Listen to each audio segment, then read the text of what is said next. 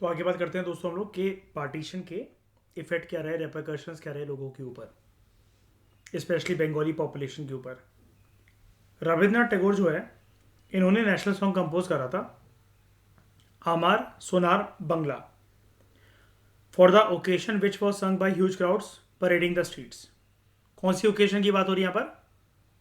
बंगाल के विभाजन की, पार्टीशन ऑफ बंगाल की। इस सॉन्ग को अडॉप्ट करा गया थोड़ा सा मॉडिफाइड फॉर्म में, ठीक है, as it's national anthem by the Bangladesh in 1971 after liberation. और 1971 की बात यहाँ पर क्यों हो रही है? याद है, इंडो पाक वॉर हुआ था, उसके बाद बांग्लादेश क्रिएट हुआ था। बांग्लादेश का पुराना नाम क्या था? ईस्ट पाकिस्तान। इसका पहला प्रीमियर कौन बांग्लादेश का? प्रीमियर मतलब रूलर, मतलब कौन सबसे पहला? शेख मुजीबुर रहमान। यहाँ पर जो आर्मी बनी थी, लोगों की आर्मी, सिविलियन आर्मी, बंगाल को आज़ादी दिलवाने के लिए, उसका नाम क्या था? मुक्ति बहिनी, ठीक है। Shiny as a major role in it. क्यों शाइनी? शाइनी के पापा को पोस्ट मिली इसकी वजह से। अरे पापा आज भी एक्टिव है बिल्कुल। और इसके बाद अब शाइनी के बाद कमांड जाने वाली है बस, बिल्कुल जैसे ही रिटायरमेंट का टाइम आएगा क्लोज। देखना, एक चीज़ प्रूव करवाता हूँ, देखना शाइनी, मुझे बताना अंकल ने कौन सा एग्ज़ाम निकाला था पोस्ट पे जाने के लिए। उसका एग्ज़ाम नहीं होता ना? नहीं होता ना? तो देखो, partition took effect on 16 October 1905 and leaders of the protest movement declared it to be a day of national mourning throughout Bengal। Morning का मतलब होता है, आप जानते होगे ना, गम मनाना, शोक मनाना, ठीक है। It was observe as a day of fasting and there was hartal in Calcutta. ये उस टाइम का पता है क्या था श्रेया? ये एरिया उस टाइम का, आपने दिल्ली का जंतर मंतर, कोई भी बात हो जाए मयूर, चलो जंतर मंतर चलते प्रोटेस्ट करने। अब बैन हो गया जंतर मंतर पे जाना, अब नहीं जा सकते प्रोटेस्ट करने। अब इंडिया गेट वगैरह के पास जाते हैं आई थिंक। क्या कह रहे हो? हाँ इंडिया गेट। शाइनी से पूछो भाई ऐसी बात है। शाइनी से पूछो भाई, ईस्ट ईस्ट इंडिया से वेस्ट इंडिया तक सारा पता है शाइनी को, कहाँ क्या चल रहा है। शाइनी इस टाइम पर सबसे प्रॉफिटेबल जगह कौन सी है? कहाँ सारा सबसे ज़्यादा माल हिंदुस्तान में? परफ्यूम्स, ज्वेलरीज, लड़कियाँ, आइवरी, कहाँ से? तो there was hartal in Calcutta. People walk barefooted, मतलब नंगे पैर घूमे, and they bathed in the Ganga in the morning hours.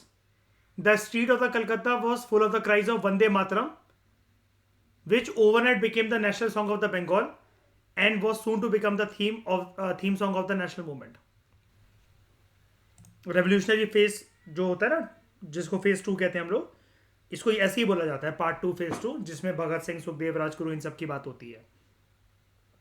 वो लोग नहीं करेंगे मयूर, रावी नदी में नहाना धोना और ये सब करके। वो तो सीधा अपने ऊपर आरोप लगवाएगा, सॉन्डर्स मर्डर्स केस, लेसेड वसैल ने बम फेंका मैंने, है ना, हाँ तुम्हारे कान बहरे हो गए थे। तो street of the Calcutta was full of the cries of Vande Mataram, जो कि नेशनल सॉन्ग बना बंगाल का, and was soon to become the theme song of the national movement. Ceremony of Rakshabandhan was utilize in a new way. Hindus and Muslims tied the rakhi on one's others wrist, एक दूसरे की कलाई पर राखियां बांधी, as a symbol of unbreakable unity of the Bengalis and of the two house of the Bengal. Two house of the Bengal क्या याद है? वेस्टर्न साइड, ईस्टर्न साइड, उन्होंने क्या करा था? मेजोरिटी मुस्लिम्स एक साइड और majority Hindus on the other side. शाम के टाइम पर there was a great demonstration when the veteran leader Anand Mohan Bose laid the groundwork for a federation hall to celebrate the indestructible unity of Bengal। He addressed a crowd of over 50,000 people.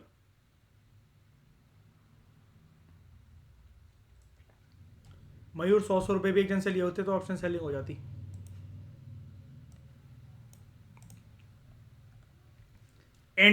Anti-partition campaign. There was a widespread political unrest in the province after the announcement of partition.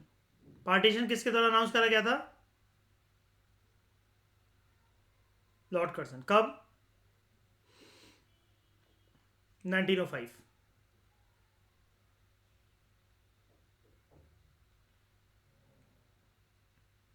नहीं, मुस्लिम league की कहानी अलग है थोड़ी. इस area में बनती है लेकिन कहानी अलग है. पहले मुझे बताओ 1905 में कब?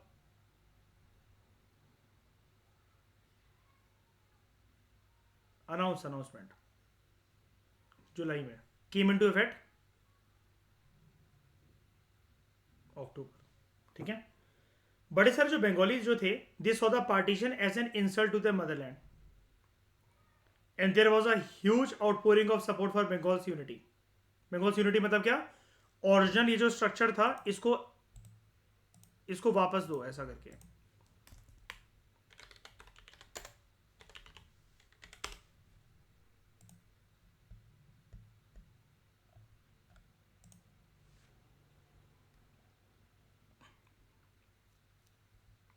ये तो है पार्टीशन वाला टाइम, लेकिन अगर आप इन सारे कलर्स को अगर जोड़ दो, एक्चुअल मैप वैसा ऐसा करके दो.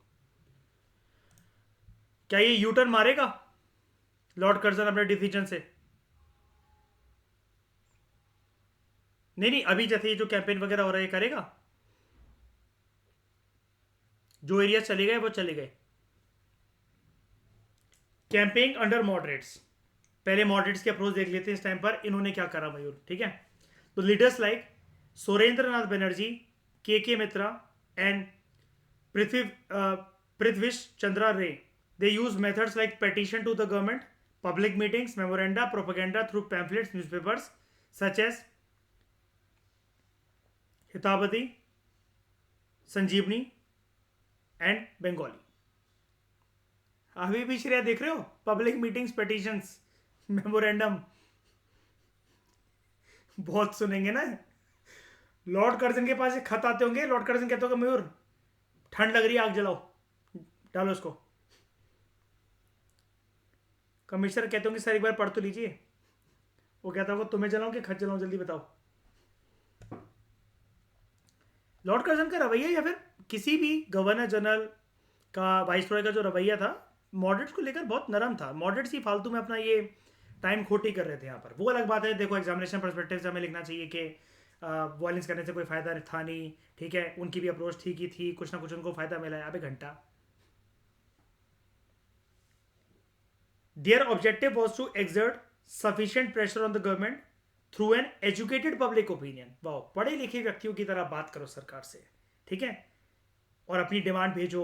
इंग्लैंड में जो रूलर्स हैं, governor general, viceroy, England में भेजो क्वीन को, किंग को, मोनार्क को, to prevent the unjust partition of Bengal from being implemented. इनकी हरकतों को देखते हुए श्रेया, कैन यू इमेजिन कि एक्सट्रीमिस्ट का बीपी कितना हाई जा रहा होगा?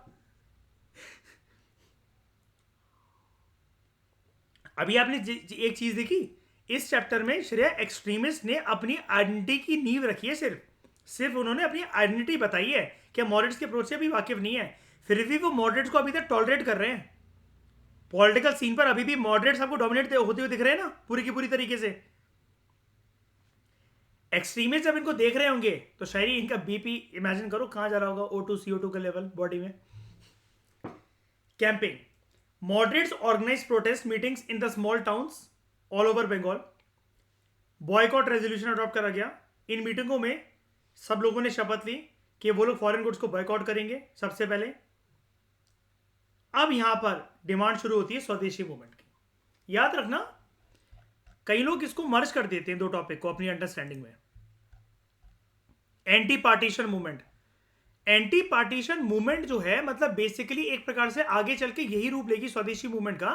लेकिन एंटी पार्टीशन मूवमेंट में सिर्फ एक ही डिमांड है कि पार्टीशन मत करवाओ.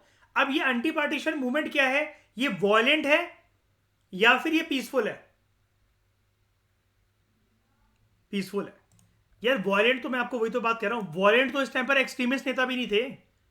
कुछ कर रहे हैं श्रेया वो, मयूर, आग वाग लगा रहे हैं कुणाल वो, बंदूकें बंदूकें लेके मार रहे हैं लोगों को। लॉर्ड कर्जन के मर्डर की प्लानिंग चल रही है क्या? अरे तुम जेन्युइन बात करो बे। कह रहा मे बी। तो with the passage of the boycott resolution in Calcutta town hall, the formal proclamation of Swadeshi movement was made. Boycott resolution हुआ, उसके बाद फॉर्मल तरीके से अनाउंस कर दिया गया स्वदेशी movement will be launch. Ganga के अंदर स्नान, बेथिंग इन गंगा, 16 अक्टूबर 1905 को, जिस दिन पार्टीशन जो है वो फॉर्मली फोर्स में आता है, इंप्लीमेंट करा जाता है। इस डे को सब लोगों ने शोक की तरह मनाया थ्रू आउट बंगाल। लोगों ने व्रत रखे, गंगा में स्नान करा, नंगे पैर घूमे, भीड़ भड़के में नारेबाजी करते हुए गाते हुए वंदे मातरम। अमार सुनार बंगला, मतलब चाइनीज का मतलब यही होगा ना, हमारा प्यारा बंगाल। हाँ, हमारा सोने का। अच्छा ठीक है, नहीं ये तो कोई मंजूली का ही बता सकती है इन सबके मतलब। ठीक है। National movement of present day Bangladesh which was compose bye Rabindranath Tagore. It was sung by huge crowds marching in the streets. अब क्या है बंगाल की नेशनल एंथम?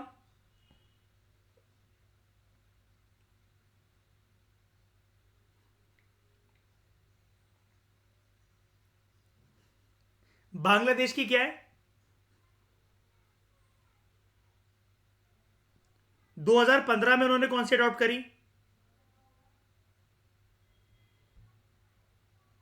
यही है। श्रेया देखो ट्रैप होने से बच जाती है अब श्रेया। किसी के साथ बहुत ज़्यादा टाइम स्पेंड नहीं करना चाहिए श्रेया ना, लोग कमियां पकड़ने लग जाते हैं फिर नहीं। कभी कभार मीटिंग सही रहती हैं। तो people tied rakhis on each others hands as a symbol of unity of the two halfs of Bengal. Surendranath Banerjee and Anand Mohan Bose they address huge gatherings. हाँ, वही चीज़ है कि जो ये बता रहे थे ना, यहाँ पर हरकतें एंटी पार्टीशन, उसके अंदर सेम वही चीज़ है ये। इस बुक की आदत है ही, आप जानते ही हो कि बार बार 10 चीज़ें रिपीट करना। उन्होंने बोला कि कैंपेन मतलब किस तरीके से, तो उसके सारे पॉइंट इन्होंने यहाँ पर आके मतलब एक तरीके से वो लिख दिए, पॉइंट में लिख दिए। हाँ, मॉडरेट से क्या करें इनकी अप्रोच, क्योंकि यहाँ से यहाँ तक ना अभी तक मॉडरेट्स की अप्रोच ही चल रही है। अब चलो एंट्री करवाते हैं एक्सट्रीमिस्ट लीडरशिप की। BP high. एक्सट्रीमिस्ट लीडर को ये लगा वो तो शुक्र मनाओ मयूर, यहां पर भगत सिंह नहीं था इस टाइम पे। लॉर्ड कर्जन का तो पता भी नहीं लगता। तो camping under extremist leadership. Extremist leaders को ये लगा कि सिर्फ डेमोन्स्ट्रेशंस, पब्लिक मीटिंग्स और जो रेजोल्यूशंस जो हैं, they were not likely to have much effect on the rulers. कि मॉडरेट्स की अप्रोच है तकियालूसी, वाहियात। More positive action that would reveal the intensity of popular feelings, यानी कि और अच्छे अच्छे एक्शन से जिससे हमें ये पता लगे लोगों ने क्या फील करा और लोग क्या चाहते हैं सरकार से। तो उसके लिए हमें अप्रोच कुछ और अपनानी पड़ेगी, so that we can exhibit those feelings at the best, at their best was needed. The answer was swadeshi movement and boycott protest. बहुत सारी जनसंख्या के सपोर्ट से मीटिंग्स अरेंज करी गई पूरे बंगाल में, जहां पर एक डिमांड ये करी गई लोगों से कि आप सब कुछ स्वदेशी यूज करो, इंडियन मेड गुड्स यूज करो और ब्रिटिश गुड्स को बॉयकॉट करो। यानी कि यहां पर मॉडरेट्स और एक्सट्रीमिस्ट अपनी इस अप्रोच के अंदर सिंक कर रहे हैं ना, बिल्कुल बॉयकॉट और स्वदेशी वाली बात पर सिंक कर रहे हैं ना, है ना। मॉडरेट्स की भी अप्रोच देखो यहां पर आ रही है यहां तक, और एक्सट्रीमिस्ट की भी अप्रोच यहां तक आ रही है। और यहां पे क्या है, दो पहलू हैं, बॉयकॉट प्लस स्वदेशी। बड़ी सारी जगह पे public burning of foreign cloth was organise and shop selling foreign clothes were picketed. इनकी तोड़ाफोड़ी करी गई। बस यहीं से एक आइडेंटिटी शुरू हो जाती है एक्सट्रीमिस्ट की। लेकिन क्योंकि स्वदेशी मूवमेंट का सपोर्ट ये भी कर रहे थे, एंड स्वदेशी मूवमेंट अपने आप में काफी सक्सेसफुल रही, क्योंकि अब ये कोई मूवमेंट ऐसे नहीं थी कि जिसको कोई अड्डा बन रखा हो, प्रॉपर लीडर्स डेजिग्नेटेड हो, सारे के सारे एक्सट्रीमिस्ट मॉडरेट लीडर्स जो है बस लोगों से जो दरखास्त कर रहे हैं ना कि आप सब विदेशी आइटम छोड़कर देसी आइटम अपनाने लग जाओ, विदेशी आइटम को त्याग दो। बस एक्सट्रीमिस्ट एक स्टेप और आगे जा रहे हैं कि वो कह रहे हैं जला दो इन कपड़ों वगैरह को, इन चीजों को, इनका बॉन फायर कर दो सड़कों पे आकर, और जो भी दुकानें जो फॉरेन क्लोथ बेच रही हैं, अगर वो हिंदुस्तानी अभी भी हमारी बात नहीं मान रहे हैं, उनकी शॉप की तोड़ाफोड़ी कर दो, उनको बंद करवाओ। अब तोड़ाफोड़ी करने का मतलब ये नहीं कि दुकानदार को जान से मार दिया जाएगा या फिर उसका बहुत ज्यादा नुकसान कर दिया जाएगा, उसको पहले समझाया जाएगा, चेतावनी दी जाएगी, और वो कपड़े उतार कर वो आइटम्स निकाल कर जो कि वो बेच रहे हैं, जो कि विदेशी आइटम है, उसको तोड़ा फोड़ा जाएगा। ठीक है, यहां पर क्योंकि मैं आपसे फिर से रिपीट कर रहा हूं, जब से चैप्टर स्टार्ट कर रहा है बार बार बोल रहा हूं, इस टाइम के एक्सट्रीमिस्ट लीडर जो हैं वो कहने के लिए एक्सट्रीमिस्ट हैं, आइडियोलॉजी वाइज एक्सट्रीमिस्ट हैं, एक्शंस उनके पीसफुली ही हैं। वो अभी किसी की जान लेना, किसी का खून खराबा करना नहीं स्टार्ट करेंगे। वो टाइम स्टार्ट होगा revolutionary extremist militant nationalist movement के अंदर, या आप ऐसा कह लो कि revolutionary extremist militant nationalist phase 2, और फेज 2 होता है इसकी बाद की जनरेशन। तो स्वदेशी मूवमेंट वॉज ह्यूज सक्सेस, लोगों ने काफी ज्यादा योगदान दिया, और जैसा नेशनलिस्ट लीडर्स की, चाहे वो मॉडरेट्स क्यों हो, चाहे वो एक्सट्रीमिस्ट ग्रुप से बिलोंग करते हो, जो उनकी एक्सपेक्टेशन थी, लोगों ने वैसा वैसा उनकी एक्सपेक्टेशंस को फुलफिल करा। ठीक है, तो अकॉर्डिंग टू सुरेंद्रनाथ बनर्जी, स्वदेशिज्म, जब भी किसी वर्ड के आगे ये ISM लग जाता है तो उसका मतलब क्या होता है? गांधीज्म, हिट या गांधीज्म, पैसिफिज्म, वो आइडियोलॉजी बन जाती है। Very good. तो Swadeshism during the days of its potency coloured the entire texture of our social and domestic life. मतलब इतना लोगों ने माना बातों को। सुरेंद्रनाथ बनर्जी का ये कहना था कि अब लोगों के सामाजिक जीवन में, उनके घर में हर चीज जो है वो एक स्वदेशी रूप की, रंग रूप की दिखती थी। Marriage presents that included foreign goods the like of which could be manufactured at home were return. कि अगर कोई ब्रिटिश मेड गुड्स अगर जो लेकर आ रहा है शादियों में या किसी भी मतलब ओकेशन पर, उसको लौटा दिया जाता था कि हमें ये नई चीज़ चाहिए, कुछ हिंदुस्तानी बनी हुई चीज़ हमें गिफ्ट करो। Priest would offer decline to officiate at ceremonies where foreign articles were offered as oblation to the gods. जैसे उन पे जो चढ़ाई जा रही जो भी चीज़ें, कोई भी कपड़ा ऐसा है, कोई भी चीज़ ऐसी आई है जो कि लिखा हुआ है जिसपे made in England, made in UK, made in Britain, पुजारी उसको चढ़ाने से देवी देवताओं के सामने मना कर देते थे। फिर चाहे पूरी फैमिली मिलाकर कोई दुर्गा पूजा कंडक्ट करवा रही हो, कोई हवन कीर्तन हो रहा हो, तो पुजारी मना कर देता था कि मैं इस चीज़ को नहीं चढ़ाऊंगा, और जब तक इस चीज़ का चढ़ावा चढ़ेगा नहीं तब तक ये पूजा असफल रहेगी, तब तक ये हवन कीर्तन असफल रहेगा। Guest would refuse to participate in the festivities जहाँ पर फॉरेन सॉल्ट या फॉरेन शुगर जो है वो यूज़ करी जाए खाने में या चाय कॉफ़ी में। ये सुरेंद्र बनर्जी कह रहे हैं कि इतना सक्सेसफुल रहा स्वदेशी मूवमेंट, और उसके साथ लोगों के अंदर ये जो आइडियोलॉजी बस गई स्वदेशिज्म की। तो कैरेक्टरिस्टिक्स क्या रहे हैं स्वदेशी मूवमेंट के? बहुत ज़्यादा एम्फोसाइज करा गया सेल्फ रिलायंस पर। सेल्फ रिलायंस मतलब क्या है? ये भी एक प्रकार से यही है, टेंडेंसी ऑफ बीइंग स्वदेशी। एक सबसे इंपॉर्टेंट एस्पेक्ट स्वदेशी मूवमेंट का ये रहा, importance was given on self reliance और आत्मशक्ति। सेल्फ सफिशिएंसी का यहां पर यह मतलब था, लोग जो है एजर्ट करें तीन चीजों को अपने अंदर संभाल कर रखें और उस चीज की रिस्पेक्ट करें खुद के लिए। एक, national dignity, national honour and self confidence. उसके बाद स्वदेशी और इंडिजिनियस एंटरप्राइजेस को, अंग्रेजों ने हमारा जो इंडस्ट्रियल कल्चर था, स्पेशली हैंडीक्राफ्ट गुड्स, उसको तहस नहस करके रख दिया था ना, बर्बाद कर दिया था। अब दोबारा से बात चलेगी यहां पर स्वदेशी मूवमेंट के अंदर कि उन पुरानी इंडस्ट्रीज को रिवाइव करा जाए ताकि लोगों को रोजगार मिले और वो अपने रोजगार को खुद जनरेट कर सकें। तो अर्थव्यवस्था के टर्म्स में बड़ी सारी लोकल इंडस्ट्रीज और दूसरे इंटरप्राइजेस को, इंडिजिनस इंटरप्राइजेस को प्रमोट करा गया। बड़ी सारी textile mills, soap and match factories, handloom weaving enterprises, national banks and insurance company start करी गई.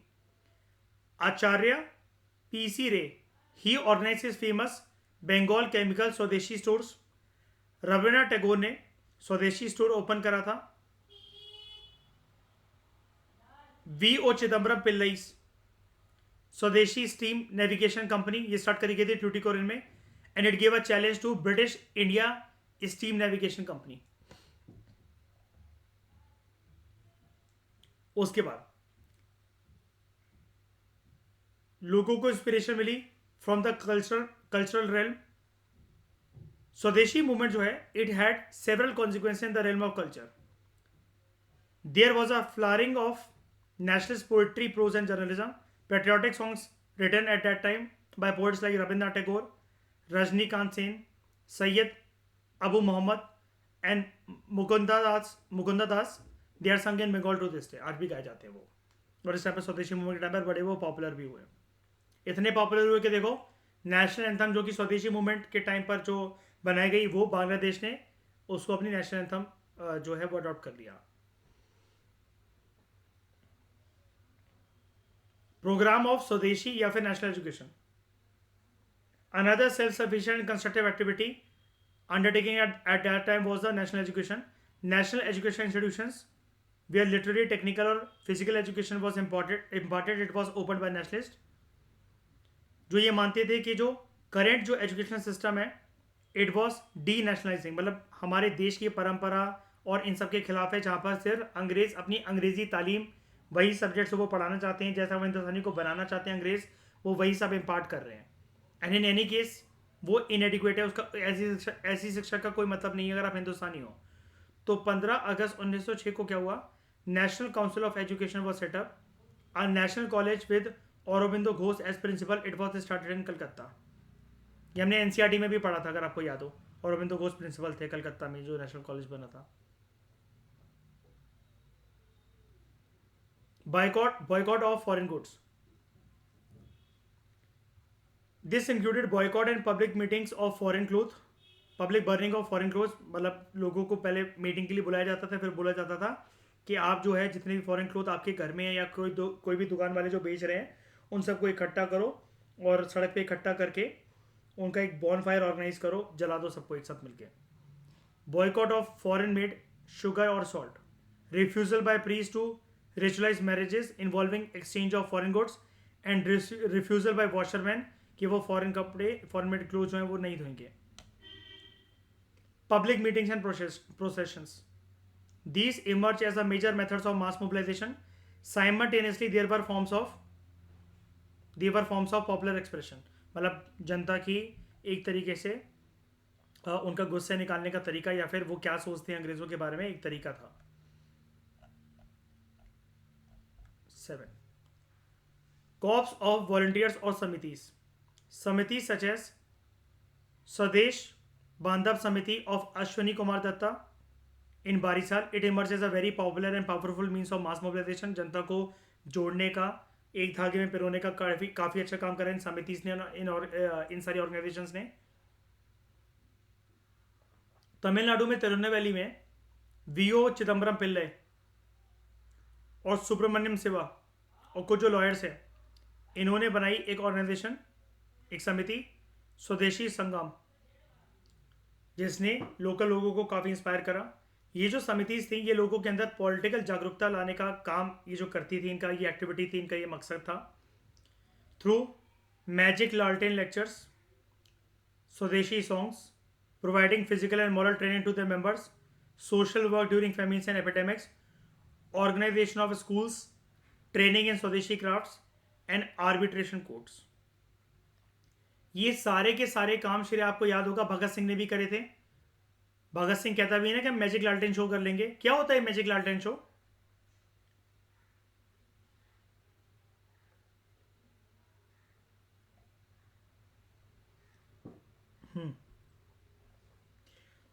लैंप और लालटेन वगैरह लेकर ना रात भर अलग अलग लोगों को जाकर गलियों गलियों में जाकर जागरूक करना, गांव गांव में जाकर जागरूक करना. और अगर किसी जगह पर बैन लगा हुआ है ना मीटिंग करने वगैरह से लेकर, तो खेतों के आसपास लालटेन वगैरह लगाकर, कहीं पर भी एक्सवाइजेड कोई भी जगह हो सकती है, वहां पर आके चलो पब्लिक मीटिंग्स और वो प्रोसेशन करते हैं। आपने देखा था ना उस मूवी के अंदर भी, ये फसलों के बीच में बैठ के मीटिंग मीटिंग करते थे और एकदम से अंग्रेज लोग आ जाते थे इनको पकड़ने के लिए, फिर ये भागते थे वहां से। भगत सिंह को झूठे आरोप में पकड़ नहीं लिया जाता जब 50,000 की जमानत उसके ऊपर अनाउंस करी जाती है। वो दशहरा का रावण जलता है तो उसको बोला जाता है कि तुमने बम फोड़ा यहाँ पर। जब वो कहता भी है पुलिस वाले से कि ये गिरी हुई हरकत तुमने करी है मुझे फंसाने के लिए क्योंकि तुम लोग डर गए हो। ठीक है। और उसके बाद ये सारे के सारे काम, मतलब एक तरीके से देखो सोशल एक्टिविटीज के अंदर भी लोग पार्टिसिपेट कर रहे हैं। ठीक है। उसके बाद use of festivals and melas. The idea was to use the traditional festivals and occasions as a means of reaching out to the masses and spreading political messages. For example, Tilak's Ganpati and Shivaji festivals, they became a medium of Swadeshi propaganda not only in Western India and Maharashtra but also in Bengal. Bengal के अंदर traditional folk theatre forms were used for this purpose. Theatre form का तो use आगे चल के national theatres और भी करते हैं। अगेन श्रेया, भगत सिंह मूवी के अंदर जब भगत सिंह की एंट्री जब वो होती है, वो एक थिएटर शो ही तो कर रहा होता है ना, उसमें ये दिखा रहा होता है ना कि हम गुलामी अब नहीं सहन करेंगे तुम्हारी, है ना।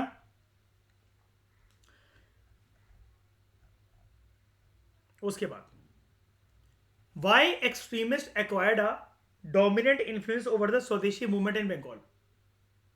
यहां पर आपको ज्यादा मतलब पब्लिक सपोर्ट गैदर करने वाले कौन सा ग्रुप देखने को मिलेगा?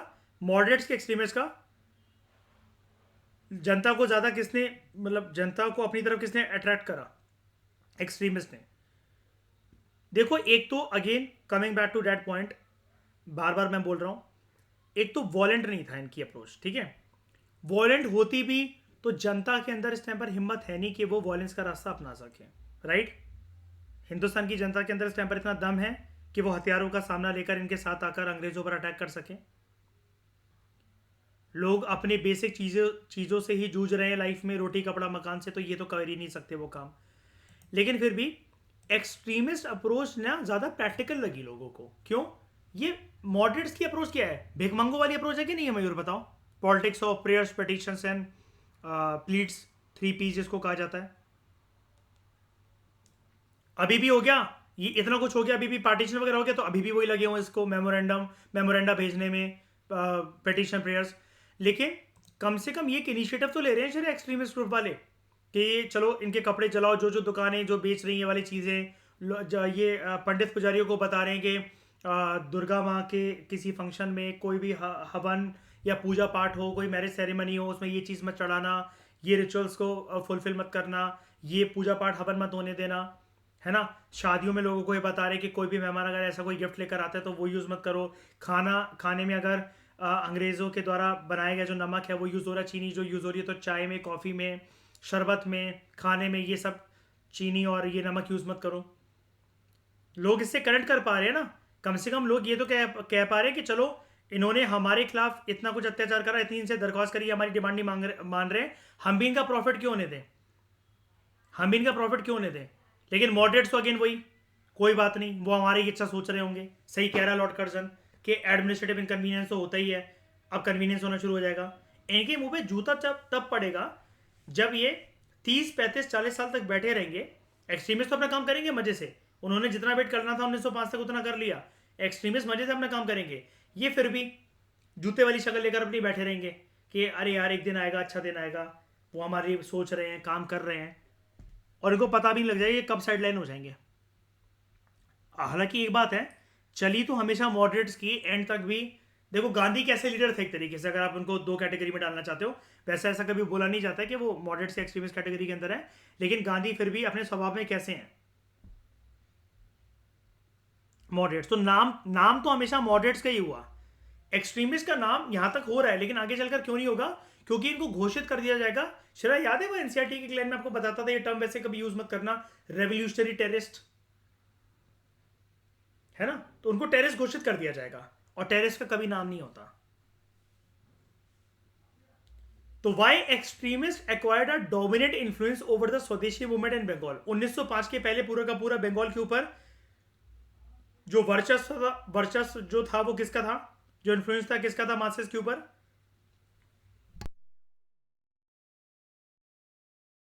मॉडरेट्स का था, ठीक है। तो आफ्टर 1905 एक्सट्रीमिस्ट जो हैं, दे acquired a dominant influence over the swadeshi movement in Bengal, बहुत सारे रीजंस की वजह से।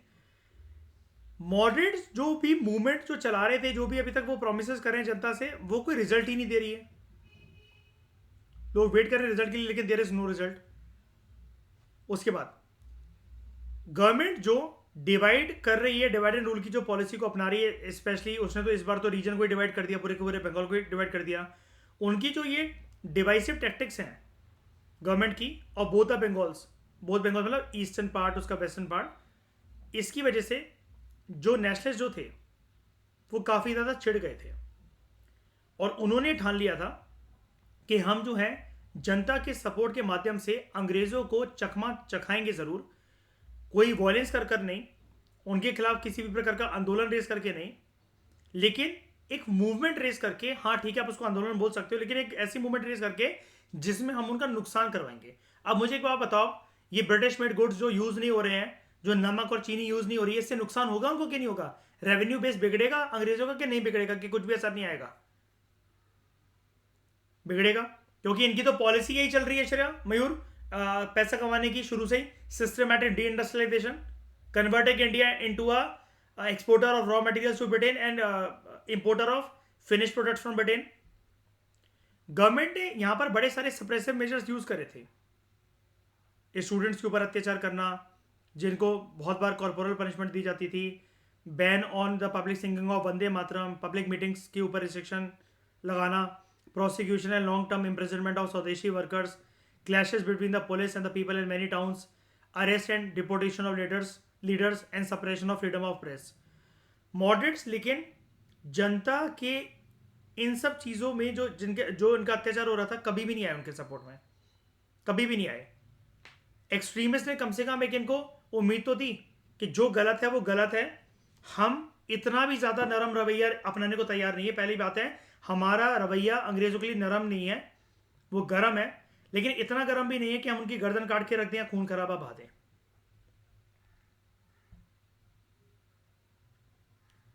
तो इस डिस्कशन में दोस्तों फिलहाल इतना ही। Thank you very much for discussion.